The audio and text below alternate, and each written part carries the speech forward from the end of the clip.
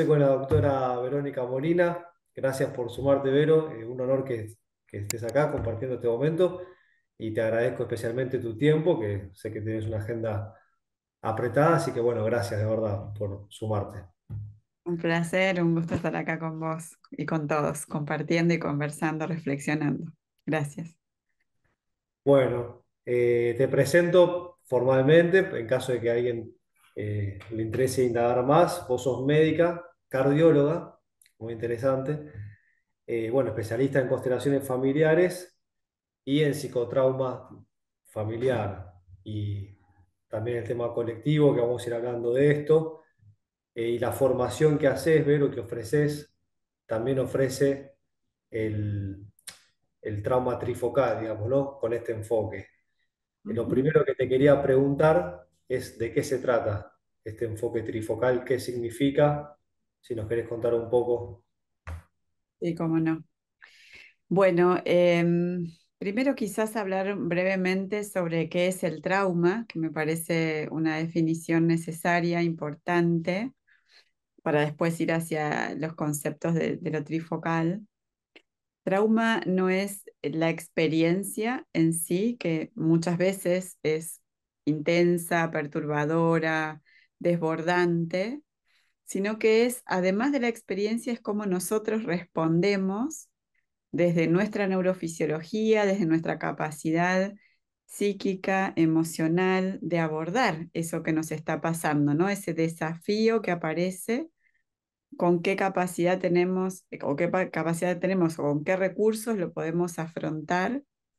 Esto determina también qué huellas van a quedar luego de esa experiencia, ¿no? Eso le llamamos trauma. Es decir, trauma en realidad es un mecanismo, una forma de adaptación, de inteligencia que hemos desarrollado los seres humanos, porque los animales no presentan trauma. Así que esta es una forma evolutiva de los seres humanos, con lo cual tratamos de sobrevivir, sobreponernos con los menores costos posibles a esto que nos ha sucedido, ¿no? Entonces, aclarando esto, que trauma no es solo la vivencia, sino que es cómo respondemos a lo que pasa, podemos decir que los seres humanos en general tenemos todos en algún momento de la vida experiencias que han sido desafiantes, ¿no?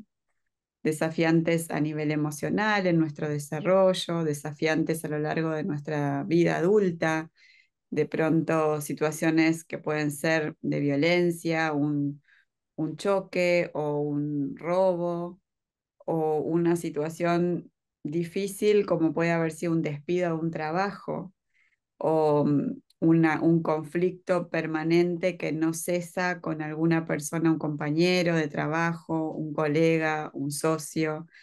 Experiencias que pueden dejar huella porque de pronto por lo prolongadas que son, porque nos encuentran quizás en un momento vulnerable, porque son muy intensas o la combinatoria de esto, van dejando distintas huellas o síntomas que luego nos vamos a referir porque en general las personas cuando llegan a las distintas terapias y a las consultas no llegan con un cartelito que dice viví una experiencia traumática, ¿no? Llegan con un síntoma y nosotros tenemos que tener la capacidad de mirar si esto que la persona trae como síntoma puede devenir de una situación traumática, ¿no? Y entonces, esta misma definición, que yo un poco lo ejemplifiqué con lo individual, lo podríamos llevar al territorio de las familias, incluso a la mirada transgeneracional y a la mirada social colectiva. Es decir, cuando una familia vive una experiencia que también les resulta súper intensa, que no pueden en ese momento gestionar adecuadamente, ¿no? Es decir, elaborarlo dentro del grupo familiar. Por ejemplo, una pareja pierde un hijo, muere un niño pequeño, o pierden un embarazo, o el bebé nace y fallece en el parto, o poco tiempo después. Esta es una experiencia emocionalmente muy desafiante, ¿no? Es dentro de lo que en psicoanálisis se cataloga como lo innombrable. ¿Por qué es innombrable? Y porque es tan doloroso que genera miedo hablar de eso, ¿no? Las personas que saben que esto pasó evitan hablar de ese tema porque es angustiante, desencadena emociones intensas. Esto es solo un ejemplo, ¿no? Pero hay tantas situaciones familiares mucho más cercanas incluso, ¿no? ¿Cuántas familias de pronto padecen en las crisis económicas de la Argentina, de pronto padecen que el papá pierde el trabajo, entra en una situación depresiva, ¿no? No tiene ganas de vivir, siente que no va a poder salir adelante, la familia entra en una situación muy desafiante, muy exigente, y bueno, quizás esas familias, si no tienen los recursos emocionales para lidiar con esa situación, se encuentren respondiendo a esto de un modo defensivo, hablando de que esto puede dejar una huella traumática. Por ejemplo, puede ser que esa familia no quiera volver a hablar del tema, que los hijos sientan que tienen que ocuparse de cuidar a los padres, entonces algún hijo va a salir a buscar trabajo y tratar de mantener a la familia, otro hijo quizás esté tratando de cuidar a la madre, que está muy angustiada frente a esto que sucede, pero no mueve sus recursos para resolverlo, y quizás otro hijo sienta que internamente se siente conectado con la tristeza o el sinsentido de vida de su papá, ¿no? Que entran quizás en una depresión por haber perdido el trabajo. Entonces quizás un hijo también se deprime y busca algún tipo de alivio en el consumo de sustancias, ¿no? Entonces vos fíjate como una escena que puede ser, digo, en Argentina han pasado muchas de estas escenas, estamos haciendo foco ahora en la mirada de la familia. El papá pierde el trabajo, la familia no tiene recursos económicos, entran en un derrotero de mucha angustia y empiezan a hacer síntomas porque esta experiencia no la pudieron gestionar adecuadamente, no pudieron sentarse a hablar, a buscar sus recursos, a hablar de lo que sienten, de qué les está pasando, sino que a partir del síntoma de uno de los miembros de la familia, como es el papá, los demás empiezan a sentir que no pueden lidiar con esa situación, que es muy angustiante, que es desbordante y no tienen recursos emocionales, entonces cada uno empieza a mostrar síntomas de trauma. Y tomaría este mismo ejemplo para llevarlo a lo social, ¿no? En nuestro país, en Argentina, y periódicamente hay muchas crisis económicas. Puede ser un ejemplo de trauma colectivo, ¿no? Como de pronto, ante situaciones desafiantes a nivel económico, a nivel político, algunas familias viven estas experiencias con un nivel de pérdida enorme, con mucha angustia, y este grupo de familias ya no son aislados, sino que pasan a ser un quantum, un número de personas muy significativas en el país.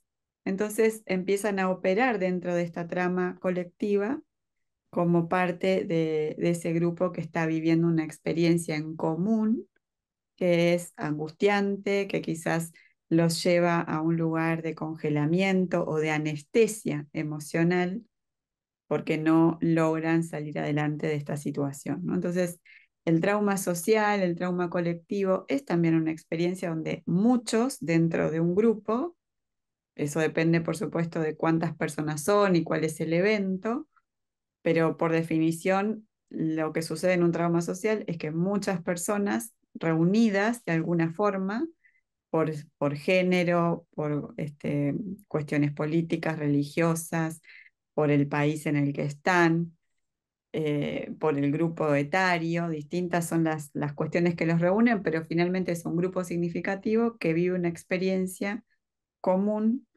de desborde, desafiante emocionalmente, angustiante, y no tienen los recursos para poder gestionarla. Sobreviven, pero parte de la vitalidad de ese grupo queda detenida a raíz de tener que estar lidiando con síntomas muy intensos, ¿no? Emocionalmente. Entonces, cuando hablamos del trauma trifocal, por un lado estamos viendo esos tres grandes niveles, ¿no?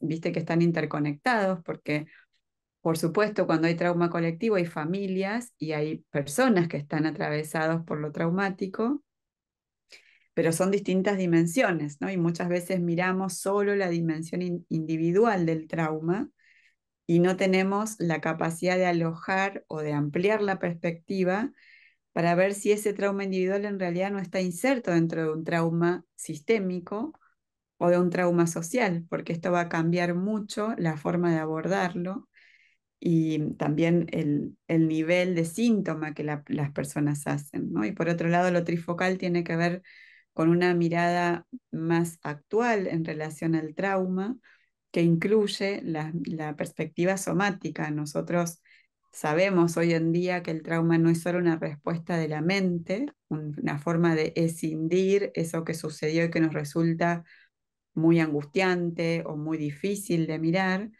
Entonces no es solo una respuesta de la mente que saca eso que es tan difícil de adelante para que podamos seguir, sino que también nuestro sistema nervioso, nuestro cuerpo, da señales de que hay distintas formas de respuestas que quedaron incompletas en relación a esa experiencia traumática, ¿no? Es decir, quizás vivimos sensaciones, por ejemplo, de anestesia o sensaciones de rabia que están contenidas en el cuerpo, o necesidad de escapar o de luchar frente a esto, que no pudimos ejecutarlas, quizás no fue adecuado ejecutarlas, pero justamente como elegimos o no pudimos descargar y gestionar esas respuestas, eso queda pendiente, es como algo que estamos todo el tiempo evitando, ¿no? Y esa evitación lleva energía, implica un costo de energía vital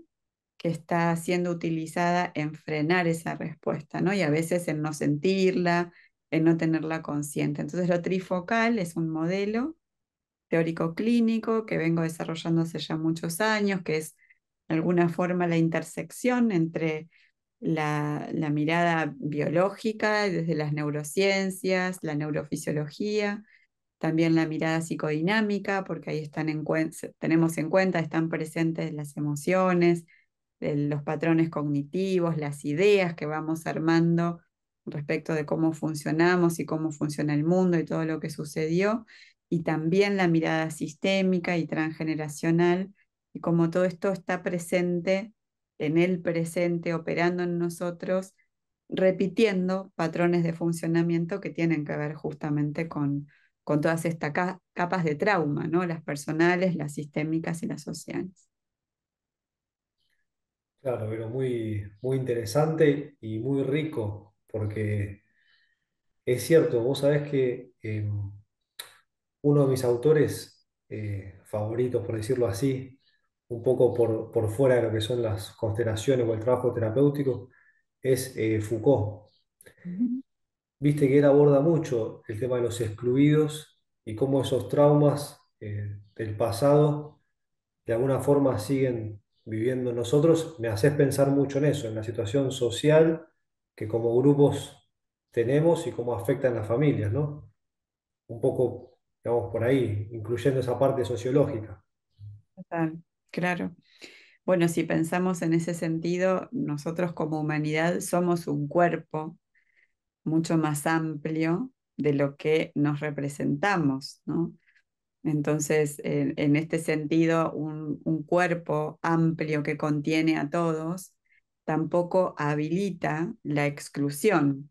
Sin embargo, nosotros como sociedad, ¿no? En nuestros procesos de desarrollo evolutivo, gestionamos las dificultades, las diferencias con mecanismos muy básicos como la exclusión. Cuando algo no es como debería ser, como nuestros cánones de comportamiento social lo habilitan, o cuando algo nos da miedo, ¿no? Como la locura o la violencia, que no lo sabemos gestionar, nuestro mecanismo de ordenamiento de estos patrones es la exclusión y es un mecanismo muy básico de gestión de aquello que de otra manera no estamos pudiendo integrar. Entonces, en el trauma social muchas veces vemos que ante estos mecanismos de exclusión, finalmente las guerras y otras formas de trauma social y colectivo hablan de esto, pero lo que finalmente nos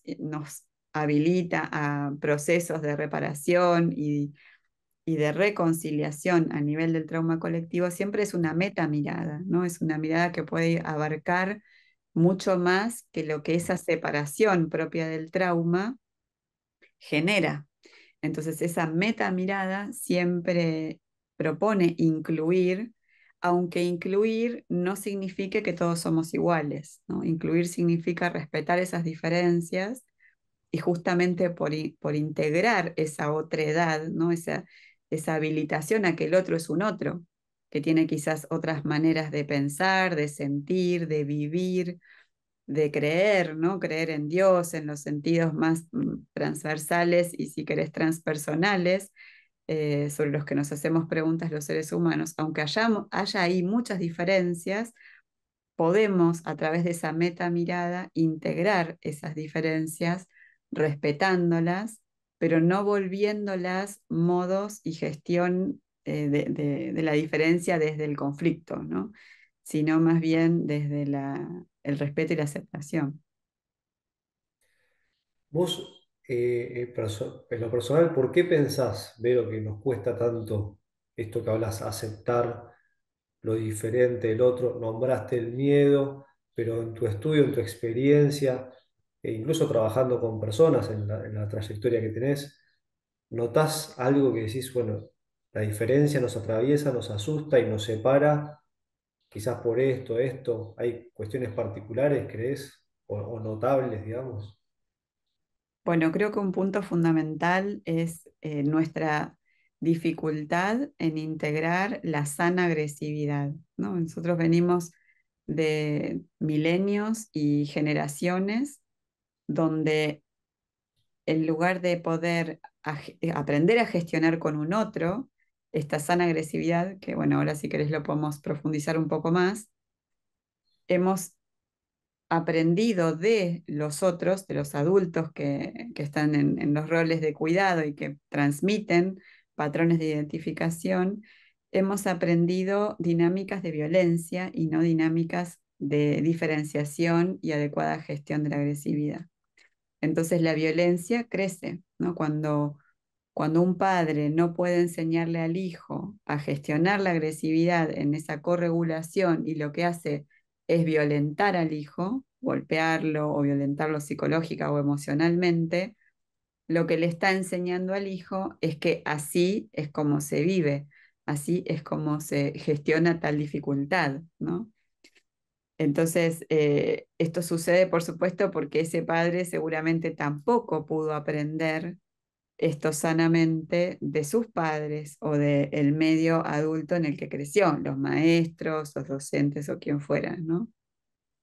Entonces, poder aprender a gestionar la agresividad que tiene que ver con la diferenciación, cuando nosotros empezamos ese proceso de quién soy, ¿no? En nuestro desarrollo vital, aprender quiénes somos, reconocer nuestra individualidad.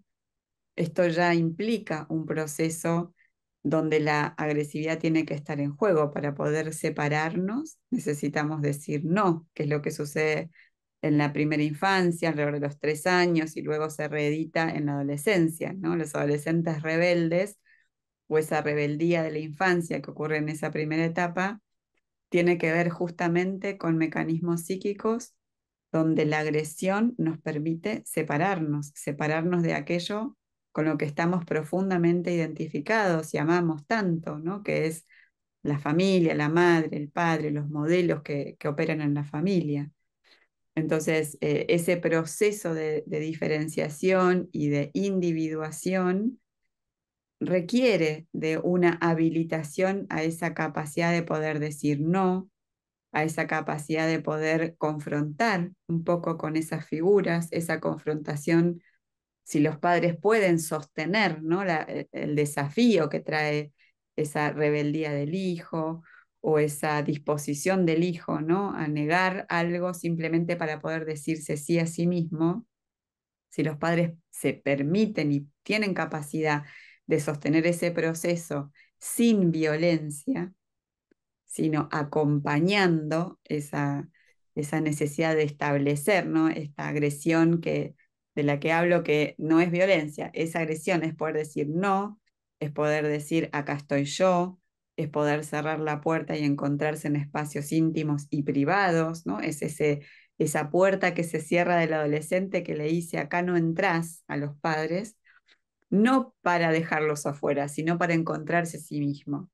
Toda esa gestión de la agresión, la verdad es que no estamos acostumbrados y no tenemos tantos recursos para poder hacerla sanamente. Ahí se dan muchísimos desórdenes y malos entendidos, ¿no? Ahí se activan en los padres patrones propios, donde quizás los padres sienten que ya el hijo no los quiere, que no los está respetando, que no valora lo que tiene. Y todos estos son malos entendidos del amor, ¿no? Y el hijo simplemente necesita operar sobre su realidad y empezar a poder gestionar algunos límites y diferenciarse, y los padres entienden esto, ¿no? No nos quiere más, no nos respeta, no nos valora. Y reaccionan muchas veces violentamente. Entonces así empieza, ¿no? Este germen del no entendernos, no entender ese otro que es un hijo tan amado, de pronto lo más amado por todos los seres humanos, un hijo, ya no podemos acompañar esas diferencias porque se activan en nosotros patrones de temas no resueltos, no elaborados. ¿Quién no nos respetó? ¿Quién no respetó a ese padre o a esa madre que se está proyectando en esa puerta cerrada del hijo adolescente, ¿no? O quién no valoró a ese padre o madre siendo niños que también está siendo proyectado sobre el hijo. Entonces creo que cuando hablamos de violencia necesariamente tenemos que navegar en los tres focos porque es una cuestión aprendida y a la vez proyectada, y así estamos reeditando los circuitos, ¿no? Donde el pasado se hace presente y no permite que el presente sea realmente una novedad. ¿Quién es ese hijo, ¿no? Aparece ante los padres como un otro? Ya no es ese pequeño que dice, hace lo que los padres le dicen, sino que es un otro que empieza a aparecer con su singularidad. Ese primer otro, con tanto amor, nos cuesta tanto acompañar. Entonces, ¿cuánto más nos cuesta recibir a ese otro que de pronto no es alguien amado? Desafía mucho más nuestras posibilidades, ¿no? Entonces, creo que realmente hoy en día el poder pensar en lo otro, que es ese otro, que prácticamente trae ese mundo de diferencias, es un gran desafío, que no estamos preparados para eso, que es un trabajo que hay que hacer a nivel psicológico, a nivel de las investigaciones en el trabajo personal y por supuesto también a nivel somático, porque hay muchas respuestas que son instintivas, son físicas, ¿no? De pronto el padre se enoja porque el hijo le cerró la puerta y le dice, no, no quiero hablar con vos, no te quiero contar cómo me fue hoy. Y el padre siente una rabia que sube desde las vísceras y no lo puede frenar, ¿no? Y no se da cuenta de que quizás ese enojo no es con este hijo adolescente, es quizás con ese límite violento que sintió en su infancia o en su adolescencia, en su propia historia, y que no pudo nunca hablar, que nunca pudo llevar un espacio relacional, como puede ser un espacio terapéutico, y tramitarlo. Entonces, esto que viene en el cuerpo también requiere una escucha, ¿no? Requiere que lo podamos abordar, no es solamente desde la palabra. Tampoco es solo desde el cuerpo, ¿no? Todo es parte. Necesitamos sentir lo que nos pasa en el cuerpo, comprender su significado, abrirnos a los mapas complejos de nuestro presente, de nuestra biografía, de lo que pasó en la familia, ¿no? Navegar por todas estas figuras complejas para realmente empezar a poder armar esa posición interna donde empieza a aparecer la curiosidad sobre quién es ese otro. Cuando empieza a aparecer la curiosidad y ya no el prejuicio o el juicio, ¿no? Esto que me estás diciendo, me lo decís por tal razón, e internamente estamos peleando con ese otro, quizás incluso eh, en los primeros momentos ya respondiendo, ¿no? Antes de haber podido alojar lo que el otro trae, rápidamente respondiendo, reaccionando, hasta que todo ese proceso no se vuelve más espacioso en nosotros. Podemos observarnos y empezar a ser más curiosos de quién es ese otro, cómo piensa, por qué piensa así, cómo se siente, quizás contrastando con cómo sentimos que se siente o cómo imaginamos que se siente, ¿no? Poder abrir espacio a todo ese mundo, hasta que eso no ocurre, no hay otro. Estamos solo nosotros y nuestras proyecciones, ¿no? Y esto es muy violento. Entonces, creo que esto puede llevarse a todos los niveles, desde lo micro hasta lo más macro, a nivel social, y que finalmente la violencia es una expresión de esa dificultad de poder mirar al otro en su diferencia, ¿no? Y también respetar esa diferencia, no querer convencer al otro, ¿no? De qué está bien o qué está mal, porque sabemos que en este sentido nuestra complejidad es muy grande y realmente no hay una sola mirada, no hay una sola verdad, ¿no? Hay hechos, pero los hechos se pueden vivir de maneras tan diferentes, y esto lo vemos mucho en las familias, ¿no? Te doy un ejemplo muy pequeñito, como de pronto un hijo puede sentir que su madre se puede sentir solo respecto de su madre, y la madre puede estar sintiendo que está permanentemente mirando al hijo, incluso anticipando lo que el hijo siente, necesita, ¿no? Estos hijos sobreprotegidos que a la vez se sienten solos. Y es como una paradoja, como un hijo que está tan sobreprotegido, con tanta mirada, con tanta presencia, a la vez se siente solo. Entonces, de pronto esos hechos donde la madre dice, yo te di todo, estuve siempre, te cuido, te escucho, me importa mucho lo que te sucede, ¿no? Y a la vez el hijo, ante lo mismo, dice, sí, pero todo eso que vos me dabas a mí no era lo que yo quería o lo que yo necesitaba, era lo que necesitabas darme. Y lo que yo necesitaba nunca lo pude expresar, ¿no? Entonces, ante un mismo hecho está esa complejidad en los sistemas humanos donde las dos cosas son ciertas. Ella le daba todo lo que imaginaba que él necesitaba, y él se sentía solo porque no estaba pudiendo ser visto su verdadera necesidad, ¿no? Entonces creo que cuando esos mundos empiezan a poder dialogar, a tener espacio, cuando la mamá puede decir, claro, quizás yo te di a vos, lo que yo necesitaba, no lo que vos necesitabas. Te estaba viendo, me estaba viendo en vos, ¿no? Me estaba viendo de pequeña en vos, pero no te estaba viendo a vos. Y el hijo puede decir, claro, veo que no me estabas dando lo que yo necesitaba, pero estabas tratando de darme lo mejor para mí, aunque no era lo que necesitaba. Cuando empezamos a dialogar desde esa profundidad, respetando, ¿no?, las distintas perspectivas, sin querer convencer al otro, sino más bien tratando de entender al otro, sin por eso perder la propia mirada, creo que ahí empiezan a aparecer los brotes del entendimiento, ¿no? Bueno, finalmente llevan a lugares de mayor conciliación y de paz. Totalmente, sí, sí. Eh, Te escucho y trato de ver también de gestionarlo emocionalmente porque estoy conectado con lo que estás diciendo, intento hacerlo. Y bueno, obviamente no dejo de pensar en cosas de mi historia, por supuesto, como esperamos los oyentes que se quieran sumar. Y pensaba en esto de los padres, las madres, los hijos.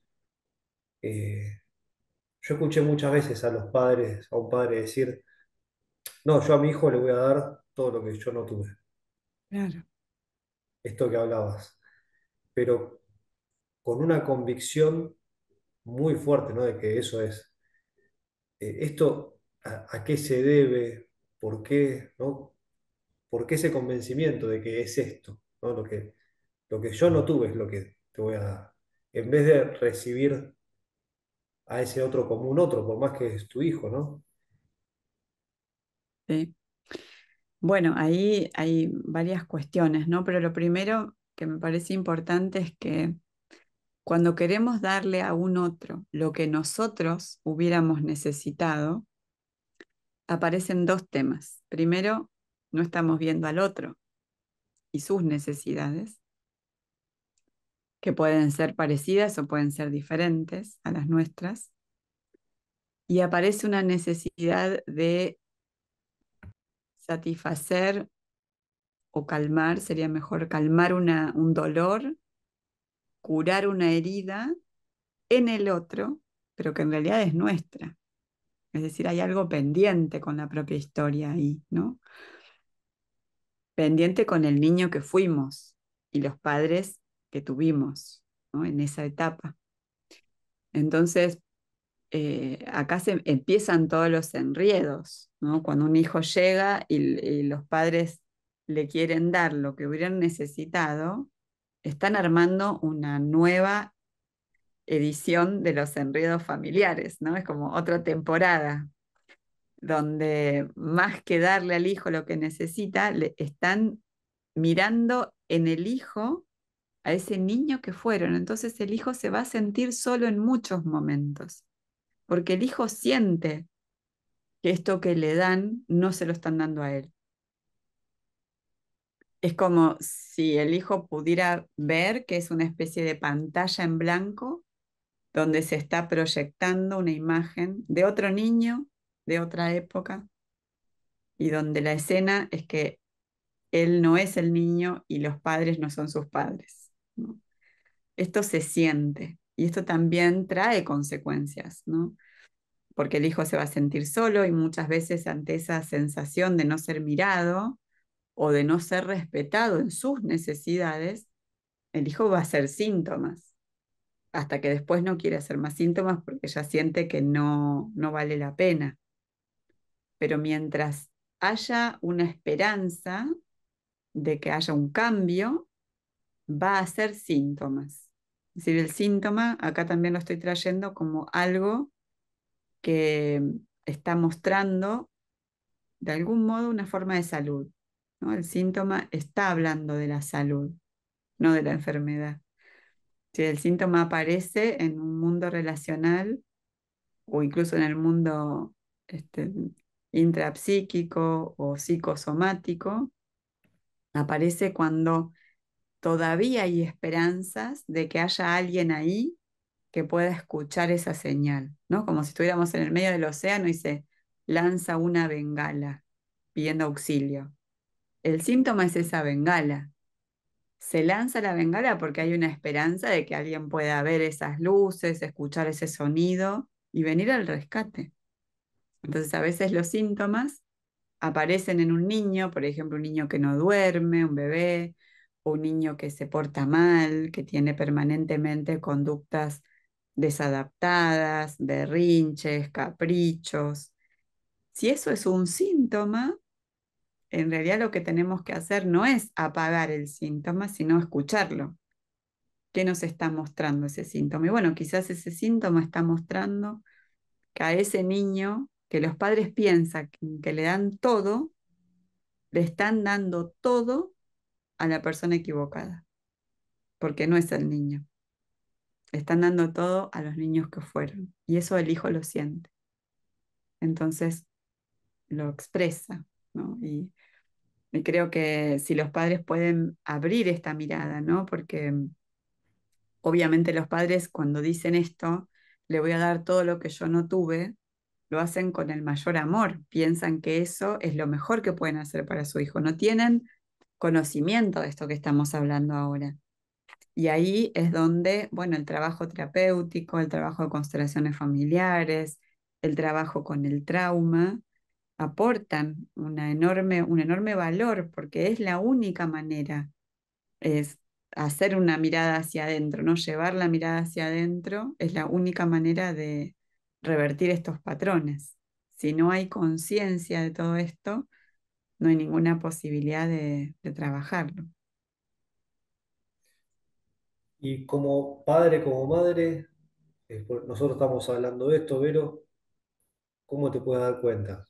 si estoy viendo o no a mi hijo, y en caso de que percibo que no, que algo se me está escapando, ¿qué puedo hacer para revertirlo, para empezar a verlo? Con la idea de ver sus necesidades, ¿no? Verlo para ver sus necesidades y qué puedo aportar o dar como madre, como padre. Entonces, ¿cómo puedo darme cuenta si estoy viendo o no a mi hijo, a mi hija? Y si en caso de ver que no, ¿qué puedo hacer al respecto? Si en la relación con el hijo o con la hija me doy cuenta que muchas veces estoy recordando momentos de mi historia, ¿no? Supongamos, la hija le dice a la madre, me quiero comprar un vestido nuevo para una fiesta. Y la madre le dice, sí, te voy a comprar el mejor vestido. Y mientras dice eso, piensa, cuando yo tenía tu edad, no tenía vestidos lindos para salir, o a mí mi mamá me dijo, ante la misma situación, de ninguna manera voy a gastar dinero en vos, o el padre le dijo, no tenemos dinero, no podemos, ¿no? Y eso está ahí presente, ¿no? Es como una especie de doble escena. Esto a veces aparece y las personas lo registran, otras veces hay que buscarlo, ¿no? A veces uno está trabajando terapéuticamente, hay indicios de que esto está ocurriendo, ¿no? Esta cosa de, pero ¿cómo? No le alcanza con todo lo que le doy a mi hija, ¿no? Quizás esa familia no tiene recursos económicos, pero lo que tiene se lo entregan al hijo. Entonces hay un desorden, hay un desequilibrio ahí, ¿no? Yo quiero darle todo y que no le falte nada y que esté siempre contenta, aunque después no puedo pagar la escuela o no puedo pagar el alquiler. Entonces hay algo ahí que no está ordenado, que no está equilibrado. Entonces cuando esto sucede, esto ya lo podemos mirar como un síntoma y empezar a repensar, a repreguntar. Pero otras veces las personas se dan cuenta, tienen este registro, ¿no? De yo pienso mucho, qué distinta fue mi vida a la vida que tiene este hijo, y sin embargo, no alcanza, o sin embargo se enoja o me trata mal, ¿no? Aparece este registro de como una especie de otra escena. Y cuando eso ocurre, cuando estamos pensando mucho en esto que vivimos nosotros o que vivieron nuestros padres, ¿no? A veces la mirada va hacia otros rincones de la familia, conviene buscar un espacio terapéutico para abordar esto, ¿no? Empezar a pensarlo desde otro lugar con otra persona, porque son cuestiones que no son tan fáciles de abordar solos. Hay temas que nos cuesta mucho mirar en soledad, que no vamos a ser claros en esa mirada, necesitamos de un otro. Entonces, esta puede ser una forma. ¿Qué le pasa a los padres internamente? Y por otro lado, ¿qué síntomas traen los hijos? ¿No? Cuando un hijo está siendo sostenido y acompañado, como diría Winnicott, suficientemente bien, porque no hay ningún padre perfecto, ninguna madre perfecta. ¿No? Todos los padres somos humanos. Entonces, y tener también ese ideal de perfección primero es imposible, es un castigo, ¿no? Es muy difícil tener esa expectativa, ¿no? Tan exigida y a veces severa, y también es una posibilidad revisar de dónde viene esta exigencia. Pero cuando los hijos están en un entorno familiar suficientemente bueno, ¿no? Donde hay amor, donde hay conciencia y hay capacidad de poner en palabras, de hablar de lo que sienten, de lo que les pasa. Cuando los padres están dispuestos a apoyar, ¿no? A los hijos en sus necesidades y adaptarse al desarrollo de los hijos, a las distintas formas de ser padres en los distintos momentos del ciclo vital. No es lo mismo ser padre de un adolescente que ser padre de un bebé o de un niño pequeño. Se requieren distintas habilidades y disponibilidades. Entonces, si eso está y si los padres han podido abordar su propio dolor de niños, el que haya sido pequeño o gran dolor, pero lo han podido abordar, y se han podido parar en su vida, ¿no? Sintiendo también a sus propios padres en su lugar y a sus abuelos y conociendo más de la historia familiar y encontrando su lugar. Cuando eso ocurre, los hijos pueden vivir su vida con los desafíos que la vida traiga en su fuerza, porque eso también es importante. No, no podemos tener la expectativa de que la gente llegue a lugares donde no tiene problemas, ¿no? Como si estuviéramos en una especie de paraíso, ¿no? Si en algún momento por el trabajo personal llegáramos a un lugar donde todo está resuelto, donde ya nadie se enferma, somos felices, todo fluye, nadie tiene conflictos, ¿no? Elige tu propia aventura, ¿no? Yo a veces escucho esto, ¿no? En las propuestas, en los medios, ¿no? Es como hay algo de irreal en todo eso. Es un poco la cultura Instagram, ¿no? Somos todos felices, tenemos lindas imágenes y fotos, pero eso no es la vida. La vida de todos nosotros, hasta el último suspiro, antes de morir, para nosotros es una oportunidad de crecer en algún sentido. Y por eso seguimos acá, ¿no? La vida se completa, y nos vamos. Mientras estamos acá, estamos por algo. Algo estamos teniendo que seguir aprendiendo o que seguir mostrando a otros, acompañando a otros. Y todos esos son desafíos, ¿no? Entonces creo que esto es importante también transmitir a los padres, a las familias, que no hay un punto de llegada, ¿no? Como decir, si mi hijo sigue teniendo alguna dificultad, entonces yo estoy haciendo algo mal. Me pasa mucho que las personas a veces me dicen, como consultantes o pacientes, debo haber hecho algo mal porque me enfermé, ¿no? O sea, es como que aparece esta idea de si estoy bien es porque estoy haciendo todo bien y por ende todo tiene que seguir bien. Bien significa placentero, sin conflictos, sin tensiones, sin hostilidad, sin desafíos. Y es cierto que la vida tiene momentos de mesetas, ¿no? Momentos donde estamos en calma, donde las cosas son agradables, pero todos tenemos que saber que esa meseta tiene un final y que la vida siempre nos va a traer algún desafío. La pregunta, al igual que cuando hablábamos de trauma, es cómo abordamos ese desafío. Entonces, lo que vemos en las personas que tienen ya más espacio interno, trabajo personal, más sabiduría, es que abordan esos desafíos con más resiliencia, con más integridad, pero no es que no tienen desafíos, ¿no? Tienen los mismos desafíos, todos tenemos los mismos desafíos, pero tenemos quizás distintas posibilidades de abordarlos, ¿no? Y poder mirar también, eh, esa realidad de la vida, que mientras estamos acá vamos a vivir distintas escenas y distintas propuestas por la vida misma. eh, Mirar esto con la misma aceptación con la que miramos aquellos momentos que son gratificantes y felices, ¿no? Porque en eso justamente radica la oportunidad de crecer.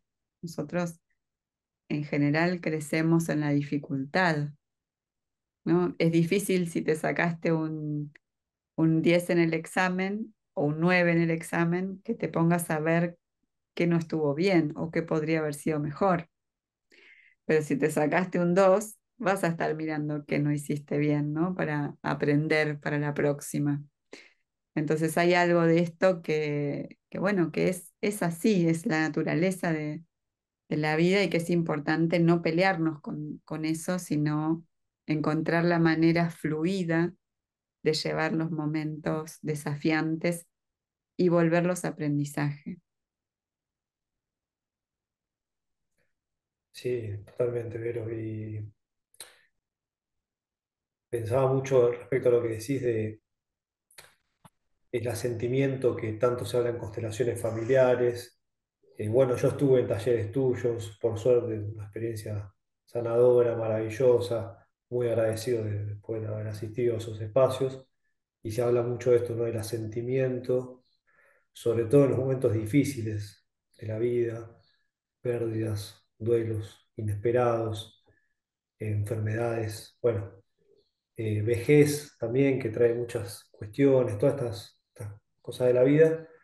Va un poco de la mano de eso, lo que decías, ¿no? Ese poder asentir, o como se dice en constelaciones, inclinarse ante la realidad, no confrontarla, no pelearla. Eh, Me da mucha gracia lo que decías del Instagram, porque bueno, es, es como un intento vano, desesperado de decir, mirá, mirá esta foto, estoy acá en Mar del Plata, no sé, ¿no? Esa lucha que hacemos por decir, no, a mi manera, feliz, y bueno, justamente es donde más ahí la vida nos va apuntalando, ¿no? Como diciendo, bueno, me queda mucho por caminar fuera de esta foto, digamos, de este recorte. Tal cual, tal cual. Y bueno, y poder entonces navegar estas dificultades, ¿no? Con ese espíritu que en la aceptación, ¿no? De la que hablabas, del asentimiento y la aceptación, que son cosas diferentes, pero tienen una convergencia.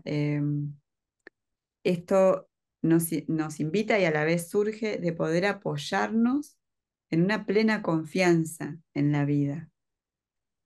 Es decir, si nosotros estamos tranquilos de que la vida nos está llevando por donde nos toca ir, y a veces cuando digo esto, no pienso en ciertos casos que he acompañado, a veces la vida nos exige todo. O sea, es fácil decir esto cuando se trata de, no sé, me fue mal en una materia o en un trabajo y bueno, lo recuperaré más adelante. Estaba, no sé, haciendo un concurso para algo y no me fue bien, pero bueno, vendrá otra oportunidad. Eh, pero pienso en una mujer a la que acompañé, por ejemplo, que me vino a ver porque su hijo de 9 años tenía un diagnóstico de un tumor cerebral que era incurable, ¿no? Y ella venía a verme un poco en búsqueda de una solución milagrosa a partir de las constelaciones familiares, ¿no? Y me decía, bueno, vengo a verte a vos porque me dijeron que sos médica, que las constelaciones me pueden ayudar, y yo ya hice todo, y bueno, lo que me queda es ir a hacer un viaje y buscar no sé dónde, este, una sustancia que estaba en ese momento de moda, ¿no? Que se decía que sanaba. Y, y así, como ese caso me ha tocado acompañar a muchas personas a las que es difícil acompañar a decir esto también es parte del plan de la vida. Es difícil. A veces la vida nos pone en esos lugares de una prueba absoluta y, y en ese caso, por ejemplo, me acuerdo de que además a mí personalmente me tocó mucho porque yo tengo 3 hijos, ahora son adolescentes, pero en ese momento mi hijo mayor tenía la misma edad del hijo de esta señora que me venía a ver. Entonces, había algo personal también que en mí se podía conectar con su propio dolor y su propia desesperación. La podía entender profundamente, ¿no? Y, y creo que a la vez esa conciencia a mí me ayudó a poder hablar con ella desde un lugar muy auténtico y bueno, también digamos como médica, yo siempre pido estudios y miro las cuestiones cuando son temas de salud, como más desde lo médico, y en ese caso, con todo lo que ella me traía, yo veía esto, ¿no? Que aparecía en todos los informes médicos, que era un tumor incurable y que ese niño estaba en los últimos tiempos de su vida. Y entonces cuando yo le pregunté a ella, ¿y cómo es el día a día con él? Y ella me decía, y yo no estoy nunca porque estoy buscando su cura. Estoy acá, o después me voy a hacer otra sesión en otro lugar, y después voy a viajar para buscar ese medicamento. Y entonces en ese momento yo, por ejemplo, me senté con ella y le dije, quédate con tu hijo, tenés que quedarte a acompañarlo a él, ni constelar, o sea, hice el genograma como hago siempre en mis entrevistas, tenía un montón de hipótesis, podíamos trabajar, había mil cosas para trabajar, pero esa mujer y ese niño necesitaban dejar de buscar y estar juntos para compartir esos tiempos, ¿no? Esos quizás últimos tiempos de su vida. Y bueno, lo hablé así con ella, ¿no? Se lo pude decir y al tiempo, a los meses, ella me escribió diciendo, agradeciéndome por ese encuentro, porque ella a partir de ahí se quedó con su hijo y a los 2 meses ese niño falleció, pero falleció con su familia. Ellos estuvieron todos con él acompañándolo y transitando ese proceso juntos y ella pudo sentir que había estado acompañando a su hijo y después hizo un libro, hizo muchas cosas a partir de esa experiencia, hizo todo un proyecto en relación a los duelos, este tipo de duelos, ¿no? Que son los innombrables.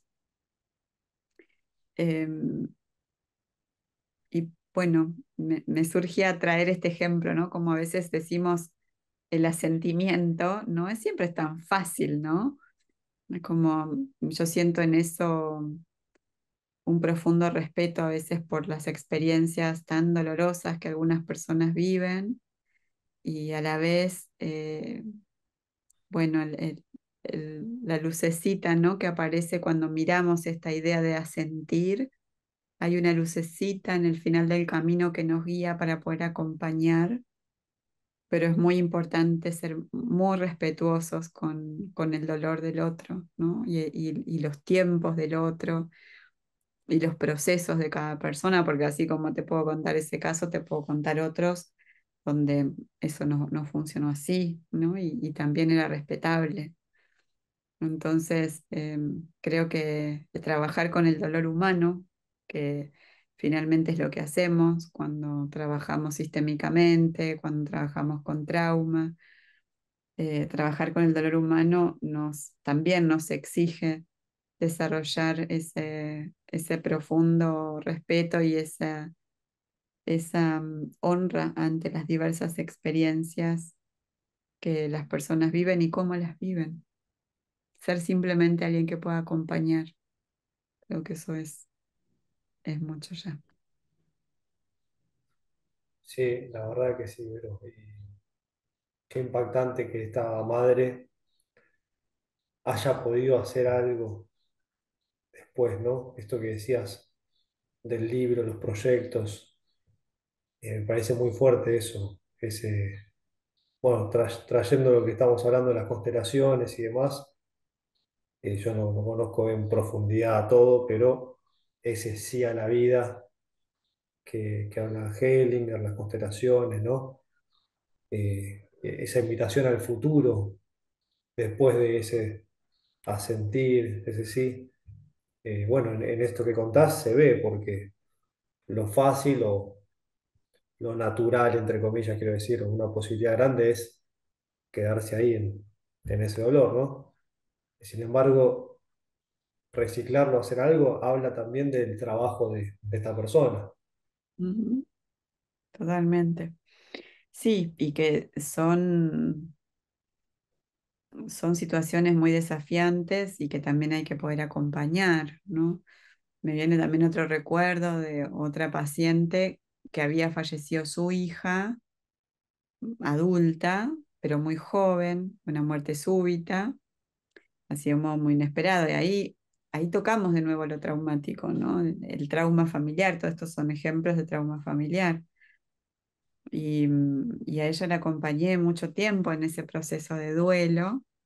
Y también fue muy importante esa meta mirada de la que hablábamos, donde el trauma, que es, ¿no? Como si pudiéramos imaginar que la familia es una especie de vasija, ¿no? Cuando algo así ocurre, que es tan doloroso, que es tan inesperado, como si esa vasija se fracturara, ¿no? En muchos pedazos, y cada persona ahí en la familia sale disparada con su dolor a cómo lo puede llevar, ¿no? Algunos quedan encerrados en el dolor, en el silencio, otros salen disparados a trabajar y hacer cosas y no pensar y no hablar, otros salen disparados a adormecer su dolor de algún modo. Y, y esta otra paciente encontró también muchas, muchas señales espirituales, ¿no? Las dos que te estoy contando y muchas otras personas que he acompañado en estos procesos han encontrado estas señales, ¿no? De la presencia de esos seres queridos en otros planos, ¿no? Y señales que les han dado alivio y que les permitieron también de a poco poder ir entendiendo cómo es este proceso de vivir con la ausencia, ¿no? Que es el proceso de duelo. Vivir con la ausencia de alguien tan querido, una ausencia inesperada, eh, pero a la vez es una ausencia que tiene una presencia de otro modo.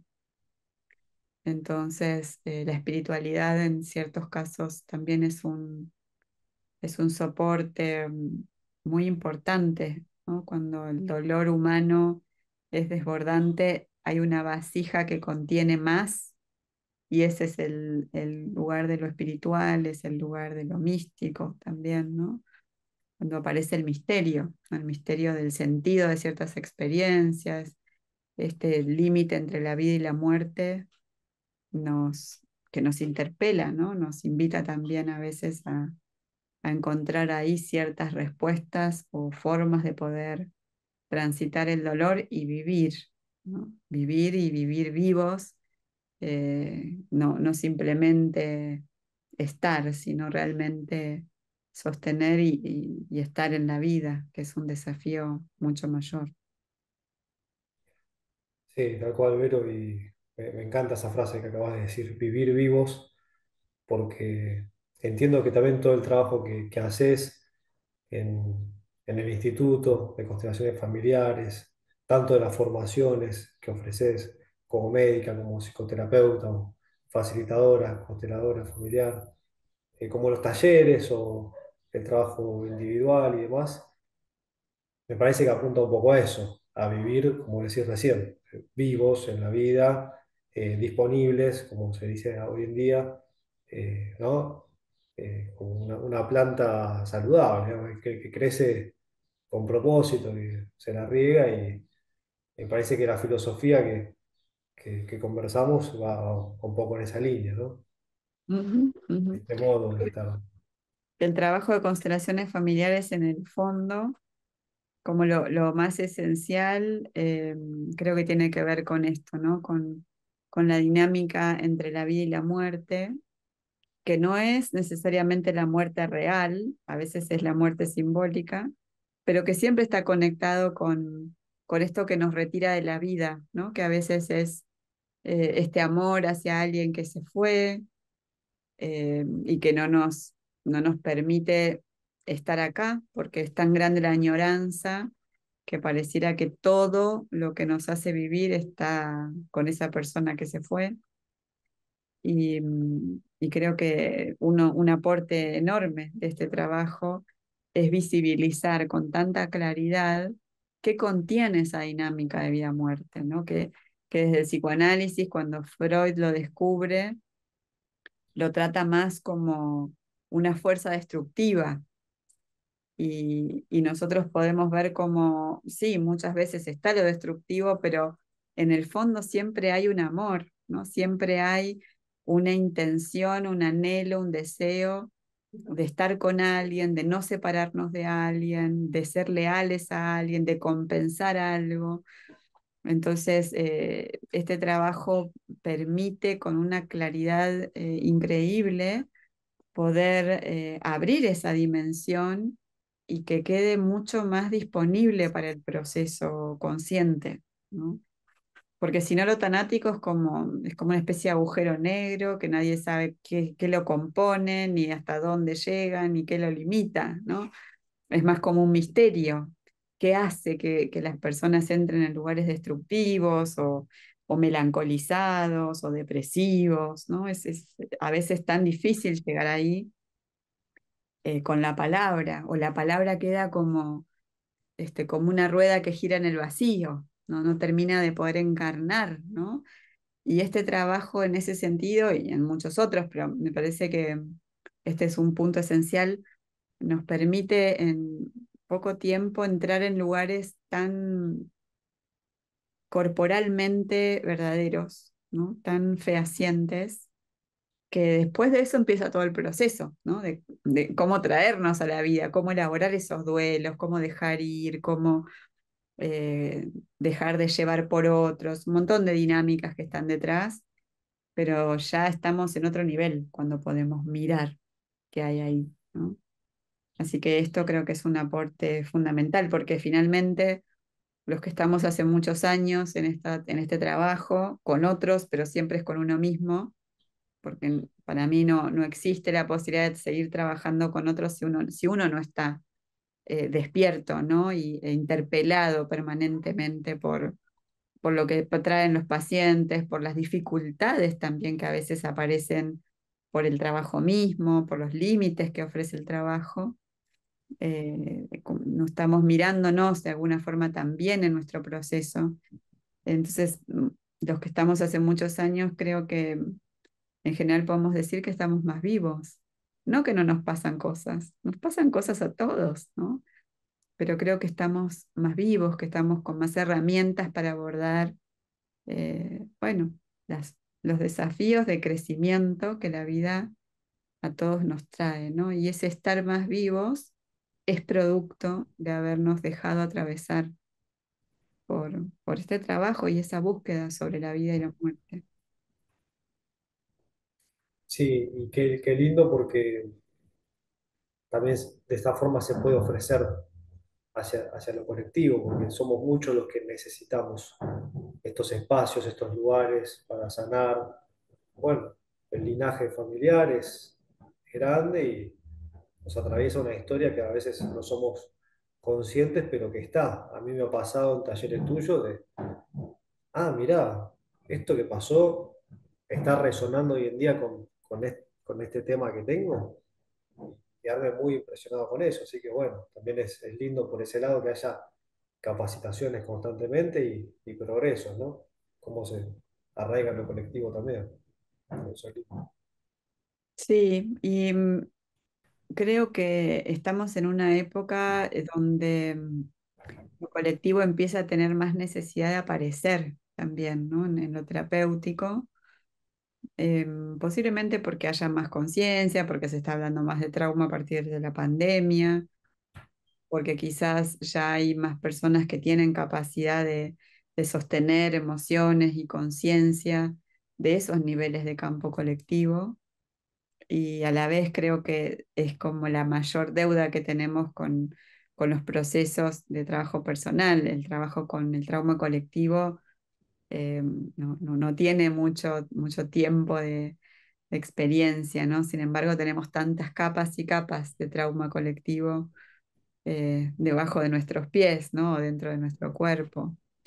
Entonces creo que en la medida que tengamos más posibilidad de pensarnos en esto que vos mismo traías, ¿no? Cómo, cómo ciertos traumas colectivos se pueden estar expresando en mi presente hoy, ¿no?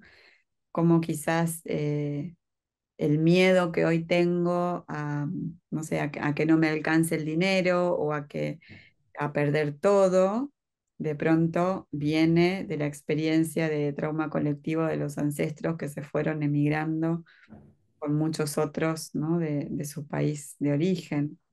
O el miedo a hablar en público quizás tiene que ver con ese desarraigo, ¿no? Ese cambio del lenguaje, que muchos inmigrantes trajeron a la Argentina, ¿no? El miedo, la vergüenza, eh, o el enojo quizás de las mujeres con los hombres, una mujer hoy que todo el tiempo encuentra en su pareja algo por lo que enojarse, quejarse y sentirse desilusionada, quizás más que con esa pareja, tiene que ver con las historias ancestrales y colectivas, ¿no? En relación a las heridas de hombres y mujeres. Y así podríamos hacer una lista enorme de situaciones donde el trauma colectivo, las distintas capas de trauma colectivo, están aquí, entre nosotros, están apareciendo en nuestra relación con el otro, con nosotros mismos, hoy, ¿no? Y no las vemos.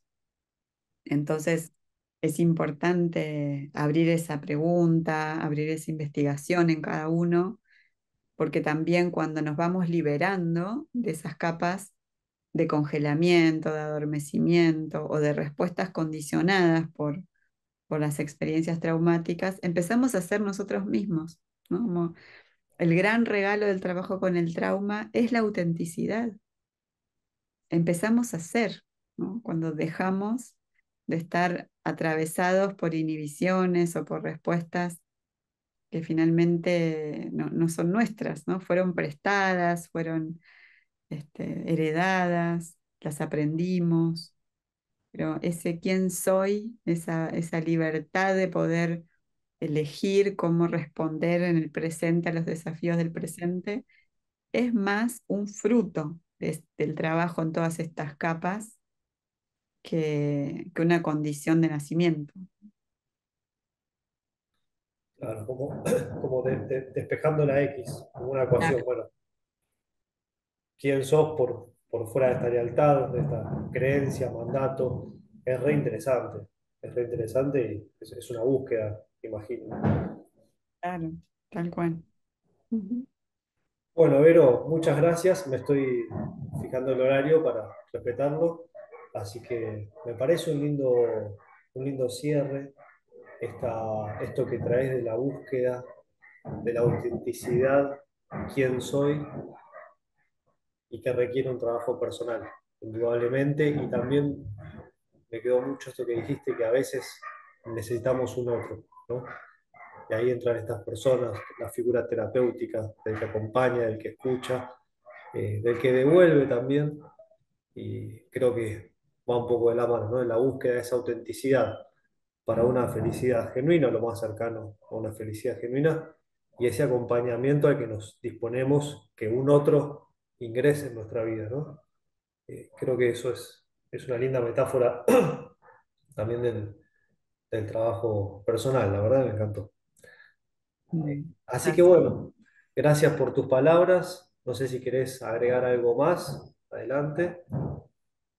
Eh, Sí, quizás un poco subrayar esta idea, ¿no? De que en ese encuentro con el otro, donde se da un espacio de confianza para poder ser acompañados, ahí ya aparece un movimiento sanador, restaurador también de ese movimiento inicial que muchas veces queda interrumpido en los vínculos tempranos, ¿no? A veces ese movimiento hacia la madre, hacia el padre, por todo lo que hablábamos al principio, muchas veces queda inhibido, interrumpido, frenado, limitado, porque los padres no están disponibles, porque no están mirando al niño como tal, sino viéndose a sí mismos, porque tienen el corazón cerrado por su propia historia.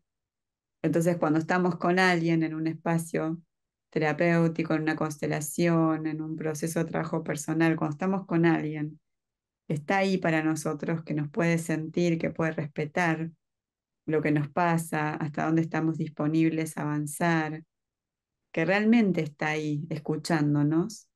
Algo de ese movimiento interrumpido inicial con nuestros padres en esa nueva relación tiene la oportunidad de repararse, sin que pase más nada que eso, ¿no? Cuanto más si a eso le sumamos posibilidades de mirar historias, de encontrarnos con lo que nos está condicionando o frenando, mucho más, ¿no? Pero ya en la posibilidad de un otro que está ahí, que no me quiere dar recetas, ni decirme todo el tiempo lo que me pasa, ni apurar nada, ni esperar que surja rápidamente una solución mágica, sino que está ahí conmigo, ¿no? En eso que nos sucede, en eso que nos cuesta, en eso que nos duele, en eso que se cierra, y se queda ahí sin exigir nada, ¿no? Está ahí.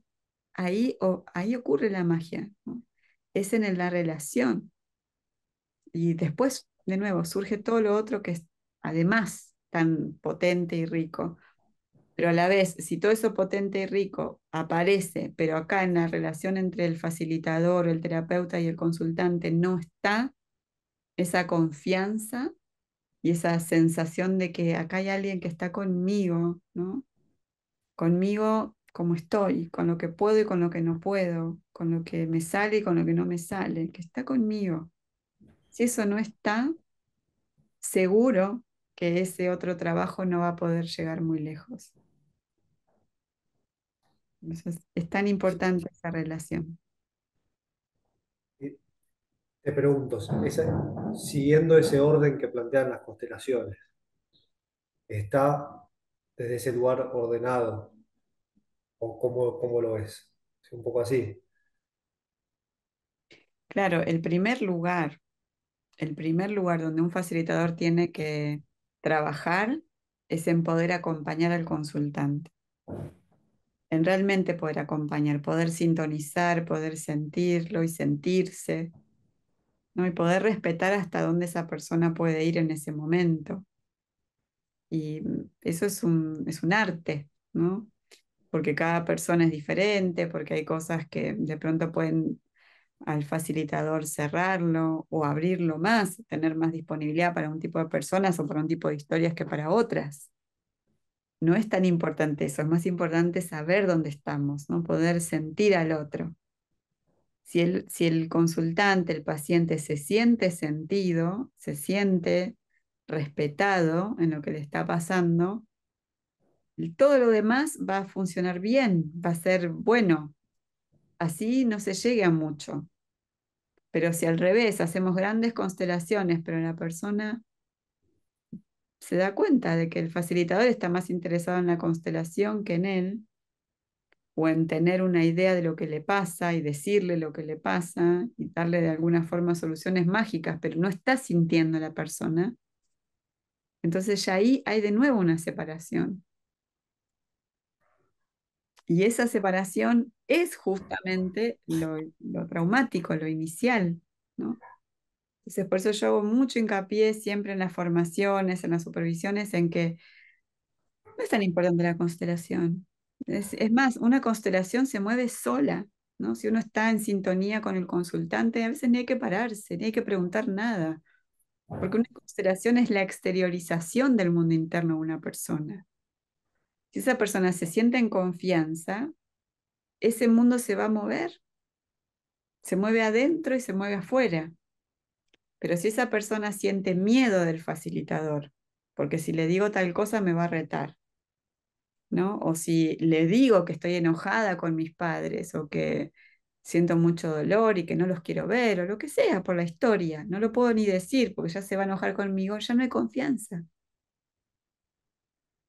Y entonces puedo hacer una constelación de mentira, exitista. Eso no, realmente no cambia. Lo que o produce cambios, y esto lo puedo decir porque está demostrado en los estudios que hay de investigación en constelaciones familiares, ¿no? Lo que produce cambios sostenidos en el tiempo es que las personas vayan pudiendo hacer un proceso paulatino donde están siendo auténticos en lo que les está pasando. Si esa autenticidad no está, puede haber un movimiento inicial, pero que no se sostiene en el tiempo. Pierde el efecto ese trabajo que se hizo. Y es lógico.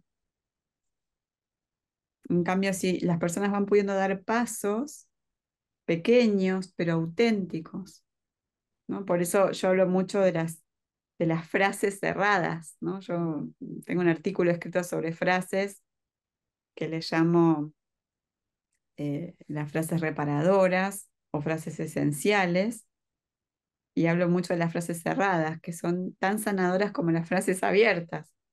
Poder decir, todavía no puedo mirarte, ¿no? O fue demasiado para mí, o me dolió mucho lo que hiciste, o me dolió mucho que me dejes. Eso es tan necesario y tan sanador como decir un tiempo después, te tomo como mi madre o como mi padre. Pero sin esa primer frase, en muchos casos no viene la segunda. Y la primer frase, esa frase cerrada pero auténtica, si es, si se puede decir acompañado por alguien que te siente, que te respeta en que estás sintiendo eso, que puede comprender que te dolió, que fue difícil, que te cuesta mucho, que no podés mirar y que quizás no quieras mirar por un tiempo. Si alguien te puede acompañar en eso, te va a poder acompañar a lo que sigue. Pero si ahí los facilitadores nos ponemos dogmáticos y simplemente decimos no, si no honras a tus padres, no te puedes conectar con la vida, abrimos de vuelta el espacio de separación y colaboramos con el problema y no con la solución. Sí, está muy bueno, Vero, porque es verdad que a veces, no con mala intención, pero hay como, quizás porque también el trabajo va avanzando, progresa, se populariza, por suerte, y bueno, vamos aprendiendo colectivamente. Pero está muy bueno porque siento que tiene que ver con que no sea vacío lo lo que se dice, ¿no? Que no sea un cliché, ¿no? Es interesante. Con ese Claro, cuidado al trabajo sí, sistémico de Hellinger, bueno, que sea lo que es y bueno, a partir de ese es se trabaja, digamos. totalmente, totalmente. Bueno, sí, tendríamos muchos casos de los que seguir hablando porque de esos ha acompañado un montón también, así que para otra edición, si no. Para otra, capítulo 2. Los casos difíciles en constelaciones familiares, ¿no? Claro, Gran capítulo. claro. Sí, que requieren esa presencia Sí, del sí, facilitador. sí, sí. Bueno, queda para una próxima. Dale. Eh, Bueno, me- hacemos una segunda. Dale, por favor, me encantaría. Me quedaron algunas cosas anotadas para la próxima, en lo que es teoría del apego y la Gestalt, porque vos también estás formada en lo que es la escuela de Claudio Naranjo, por lo que leí, y lo del apego me interesa muchísimo, quizás en una segunda instancia, junto a los casos difíciles que ahora que voy a anotar, lo podemos conversar. Y sí, Eh, porque son temas que están conectados, los trastornos del apego y los casos difíciles en constelaciones familiares, ¿sí? Y la violencia, ¿no? La violencia intrafamiliar. Y bueno, cómo acompañar esos casos desde esta mirada y el trauma, y está todo en conjunto. Dale, hacemos otra la próxima. Bueno, gracias por tu tiempo, de verdad. Para mí un lujo escucharte porque tu vocabulario es muy rico, tu experiencia también. Y bueno, esto es una apreciación personal. Tenés una autoridad en el tema, ¿sí? Los que estamos los que estamos buscando, en la búsqueda de constelaciones, te miramos y te escuchamos. Así que gracias por tu generosidad, Vero, para los que nos están oyéndote también. Gracias, Manuel. Gracias también por la iniciativa y por armar estos espacios que siempre son muy ricos para pensar juntos y bueno, y tener también una comunidad que esté despierta, ¿no? En esta actitud a la cual nos invita este trabajo, que es una actitud de búsqueda y de receptividad ante lo nuevo, lo que se está mostrando, lo que se va descubriendo.